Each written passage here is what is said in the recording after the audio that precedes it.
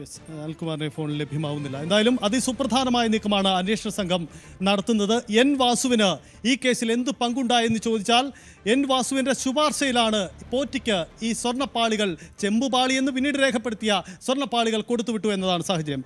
എനിക്കൊപ്പം മഞ്ജുഷ് ഗോപാൽ കൂടിയുണ്ട്. മഞ്ജുഷ്, എൻ വാസുവിലേക്ക് വരുന്നു എന്ന് പറഞ്ഞാൽ അതിൻ്റെ രാഷ്ട്രീയ പ്രാധാന്യം ഏറെ വലുതാണ്. അതിനുമപ്പുറം വാസു നടത്തിയ ഇടപെടലുകൾ എന്തായിരുന്നു യഥാർത്ഥം? നമ്മൾ ഈ തുടക്കത്തിൽ ഈ വിഷയം ചർച്ച ചെയ്ത് ഇപ്പോൾ ശബരിമലയിൽ സ്വർണ്ണപ്പാളികൾ അവിടെ അന്ന് സ്വർണ്ണം മോഷണം പോയി എന്ന് പറഞ്ഞ സമയത്ത് എല്ലാവരുടെയും ശ്രദ്ധ പോയിരുന്നത് ദ്വാരപാലകരുടെ സ്വർണ്ണപ്പാളികൾ, അതിൽ നിന്ന് സ്വർണം മോഷണം പോയി എന്നുള്ള രീതിയിലായിരുന്നു. സ്വർണം കാണാനില്ല, അതിന് പകരം ചെമ്പുപാളികൾ ആയിട്ട് രേഖപ്പെടുത്തി അതിൽ പിന്നെ സ്വർണം പൂശി എന്നതായിരുന്നു. അപ്പോഴൊക്കെ ഈ വാർത്തയൊക്കെ പുറത്തു വന്ന സമയത്ത് എൻ വാസു പറഞ്ഞിരുന്ന വിശദീകരണം, അദ്ദേഹം ആ സമയത്ത് തിരുവിതാംകൂർ ദേവസ്വം ബോർഡിൻ്റെ കമ്മീഷണർ ആയിരുന്നില്ല. കാരണം 2019 ജൂലൈ മാസമായിരുന്നു ഈ സംഭവങ്ങൾ നടന്നത്. അതായത് ദ്വാരപാലകരുടെ സ്വർണ്ണപ്പാളികൾ ശബരിമല സന്നിധാനത്ത് നിന്ന് സ്വർണം പൂശുന്നതിന് വേണ്ടി, അത് ചെമ്പുപാളികളാണെന്ന് രേഖപ്പെടുത്തി സ്വർണം പൂശുന്നതിന് വേണ്ടി കൊടുത്തുവിട്ടത്. അപ്പോൾ ആ സമയം അദ്ദേഹം തിരുവിതാംകൂർ ദേവസ്വം ബോർഡിൻ്റെ കമ്മീഷണർ ആയിരുന്നില്ല. അതുപോലെ തന്നെ അദ്ദേഹം തിരുവിതാംകൂർ ദേവസ്വം ബോർഡിൻ്റെ പ്രസിഡന്റുമായിരുന്നില്ല. അത് ശരിയുമായിരുന്നു. കാരണം 2019 മാർച്ച് 31 അദ്ദേഹം തിരുവിതാംകൂർ ദേവസ്വം ബോർഡ് കമ്മീഷണർ സ്ഥാനത്ത് നിന്ന് ഒഴിഞ്ഞത്. അതിനുശേഷം നവംബറിലാണ്, അതേ വർഷം 2019 നവംബറിലാണ് അദ്ദേഹം തിരുവിതാംകൂർ ദേവസ്വം ബോർഡ് പ്രസിഡന്റ് ആയത്. അപ്പോൾ എനിക്കിതിനകത്ത് ഒരു ഉത്തരവാദിത്വം ഇല്ല എന്ന രീതിയിലായിരുന്നു അദ്ദേഹം പറഞ്ഞിരുന്നത്. പക്ഷേ കോടതി വളരെ കൃത്യമായിട്ട് ചില കണ്ടെത്തലുകൾ നടത്തുകയായിരുന്നു.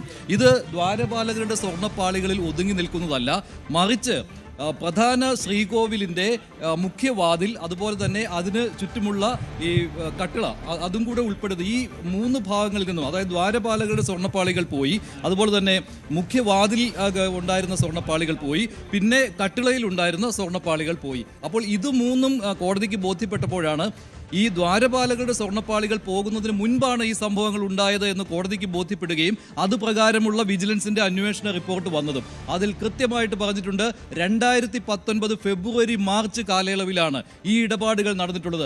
ആ സമയം ആരായിരുന്നു Thiruvithamkoor Devaswom board commissioner? Thiruvithamkoor Devaswom board commissioner N Vasu ആയിരുന്നു.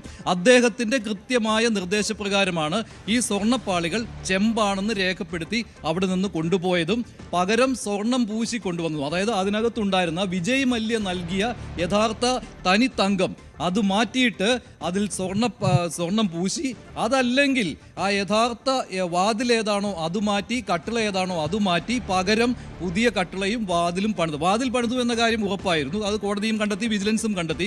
വാതിൽ പുതിയതാണ്. അതായത് പഴയ ഒറിജിനൽ വാതിൽ, അത് തനി തങ്കം പൊതിഞ്ഞിട്ടുള്ള ആ വാതിൽ മാറ്റി അതിന് പകരം തേക്കിൽ പുതിയ വാതിൽ ഉണ്ടാക്കി അതിൽ ചെമ്പ് തകിട് വെച്ച് അതിൽ സ്വർണം പൂശിയാണ് ഇപ്പോഴത്തെ മുഖ്യ വാതിലുള്ളത്.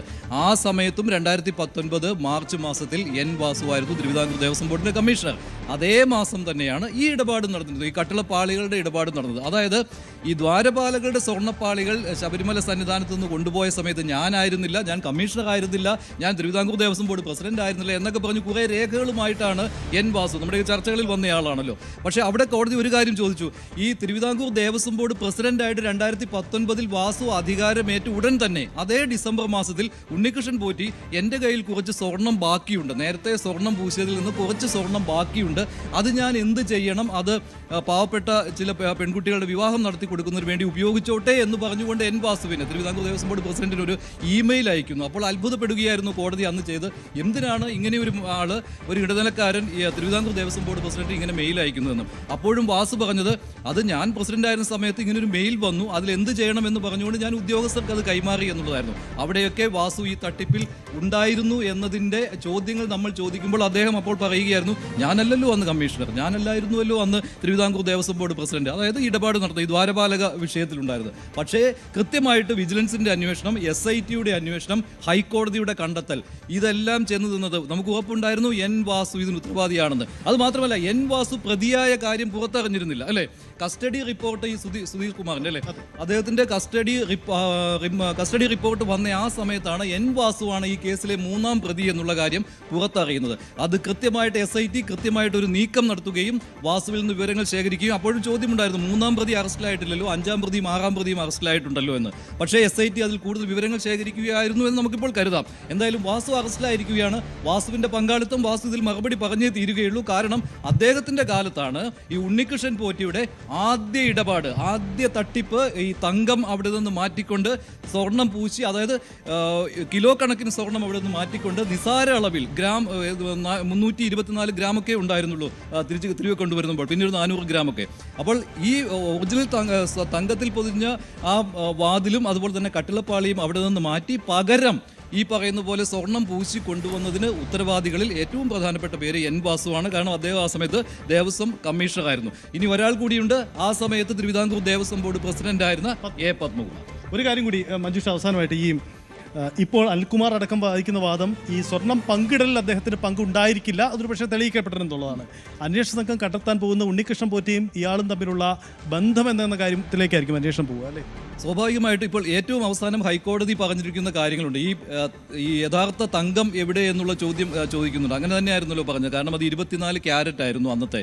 അതിന് പകരമായിട്ട് ഇത്രയും കുറഞ്ഞ അളവിൽ ഈ സ്വർണം പൊതിഞ്ഞുകൊണ്ട് വന്നപ്പോൾ ആ ബാക്കി സ്വർണം എവിടെ എന്നുള്ള കാര്യം ഇതുവരെ കണ്ടെത്താൻ കഴിഞ്ഞിട്ടില്ല. കാരണം അതിനകത്ത് ഏറ്റവും വലിയ തെളിവാണ്. അതുപോലെ തന്നെ ഈ തങ്കത്തിൽ പൊതിഞ്ഞ വാതിൽ എവിടെയാണെന്ന് അറിയില്ല. അപ്പോൾ കോടതിയുടെ നിരീക്ഷണങ്ങളിൽ പറയുന്ന കാര്യമുണ്ട്, അതിൽ നിന്ന് അരിച്ചു മാറ്റിയിരിക്കാം എന്നുള്ളതാണ്, അല്ലെ എക്സ്ട്രാക്ട് ചെയ്ത് മാറ്റിയിരിക്കാം എന്നുള്ളതായിരുന്നു. അപ്പോൾ ഈ സ്വർണവും ആ യഥാർത്ഥ അന്നത്തെ വിജയമല്യ നൽകിയിരിക്കുന്ന ആ സ്വർണം കണ്ടെത്തിയാൽ അത് വീതം വെച്ച് പോയിട്ടുണ്ടോ എന്നുള്ള കാര്യങ്ങളിലേക്കൊക്കെ എത്താൻ പറ്റുകയുള്ളൂ. അത് തെളിവെടുപ്പും ഗൂഢാലോചന തെളിയിക്കലും ഒക്കെ ബുദ്ധിമുട്ടുള്ള കാര്യമാണ്. പക്ഷേ എന്നിരുന്നാലും ഈ SITയുടെ അന്വേഷണം ചെന്ന് നിൽക്കുന്നത് കൃത്യമായ ആളുകളിലേക്കാണ്. അതിപ്പോൾ പൊതുസമൂഹത്തിന് പോലും ബോധ്യമായ കാര്യങ്ങളാണ്.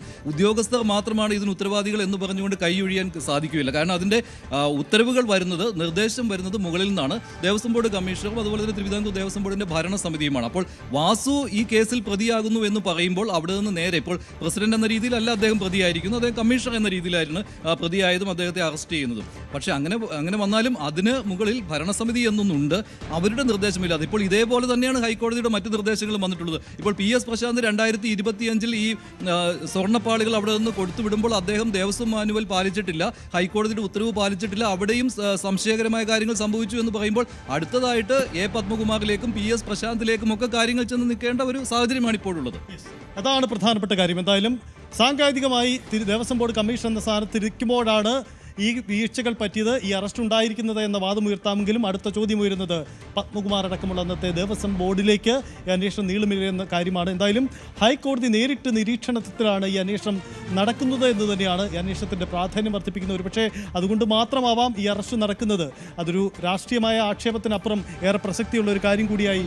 എന്ന് പറയുമ്പോൾ CPMന്റെ ഒരു പ്രമുഖനായ ഒരാൾ എന്ന് തന്നെ, നേരത്തെ പഞ്ചായത്ത് പ്രസിഡന്റ് ആയിരുന്നു. അത് കഴിഞ്ഞ് ശബരിമലയിൽ സ്ത്രീ പ്രവേശന വിഷയമുണ്ടായ സമയത്ത് സർക്കാരിൻ്റെ ഒപ്പം നിന്നുകൊണ്ട്, അന്ന് തിരുവിതാംകൂർ ദേവസ്വം ബോർഡ് പ്രസിഡന്റിനേക്കാൾ അന്ന് ദേവസ്വം കമ്മീഷണറായിരുന്നു കുറച്ചുകൂടി ശക്തൻ, സർക്കാരിൻ്റെ ഒപ്പം നിന്ന്. അത് മാത്രമല്ല നിയമ നടപടികളിലും ഒരു നിയമവിദഗ്ധൻ കൂടിയാണല്ലോ അദ്ദേഹം. അതുകൊണ്ട് അത്തരം കാര്യങ്ങളിലൊക്കെ മുഖ്യമന്ത്രിയുടെ തന്നെ വിശ്വസ്തൻ എന്ന രീതിയിൽ തന്നെയാണ് എൻ വാസുവിൻ്റെ ഇടപെടലുകൾ ഉണ്ടായത്. പക്ഷേ അദ്ദേഹം ആ സമയത്ത് ഈ ഉണ്ണികൃഷ്ണൻ പോറ്റി ശബരിമലയിൽ ഇത്രയും കാര്യങ്ങൾ ഉദ്യോഗസ്ഥരുടെ സഹായത്തോടുകൂടി ചെയ്തപ്പോൾ ആ ഉദ്യോഗസ്ഥരുടെ തലവനായിരുന്ന ദേവസ്വം കമ്മീഷണർ കൂടി അതിൽ ഉത്തരവാദിയാകും. അതിന് ഒരു ഉദാഹരണം കൂടിയാണ് SIT ഇന്ന് വാസുവിനെ അറസ്റ്റ് ചെയ്തിരിക്കുന്നത്. മറ്റു കാര്യങ്ങൾ ഇപ്പോൾ റിമാൻഡ് റിപ്പോർട്ട് വരുമ്പോൾ അറിയാം ഇതിൽ കൂടുതലായിട്ട് എന്തെല്ലാം കാര്യങ്ങളാണ് വാസുവിൽ നിന്ന് കണ്ടെത്തുവാനായിട്ട് SITക്ക് കഴിഞ്ഞിട്ടുള്ളത് എന്ന്.